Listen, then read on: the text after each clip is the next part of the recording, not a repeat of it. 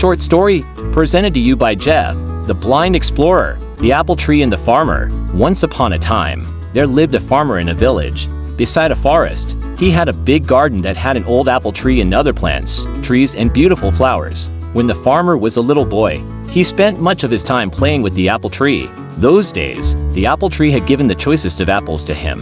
However, as time passed, the apple tree became old and stopped bearing fruits. Now that the farmer was not getting any apples from the tree, he decided that the tree was useless. Therefore, he decided to cut the tree and use its wood to make some new furniture. He felt that since the tree was old and huge, he did not have to cure it, and it would make great furniture. He forgot that as a boy, he had spent his entire childhood climbing the tree and eating its apples. Now the apple tree was home to several little animals in the neighborhood.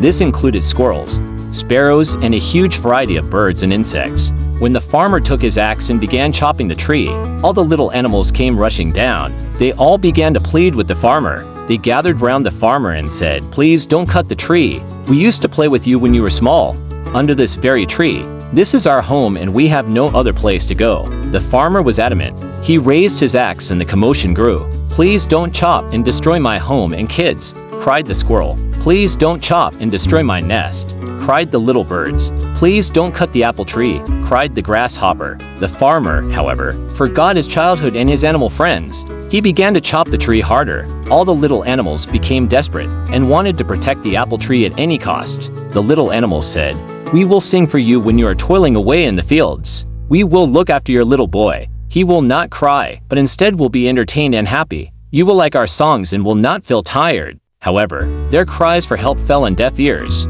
Despite all their requests, the farmer continued to chop down the tree. All of a sudden, he noticed something shiny. On inspecting it, he realized that it was a beehive full of honey. He took a little and put it in his mouth. The taste of the honey woke up the little boy in him. Suddenly, the memories of his childhood came rushing back. The honey tasted so good that he wanted more. It brought a sense of happiness to him. He smiled and exclaimed, "This tastes amazing." Realizing the change in the farmer's attitude, the little animals spoke in unison. The bee said, "I will always provide you with sweet honey." The squirrel said, "I will share any amount of nuts that you want." The birds cried, "We will sing as many songs as you want." Finally, the farmer realized his folly and put down his axe. He understood that the tree was home to many lovely animals that provided him with so many things. He wanted his little boy to have the childhood that he had.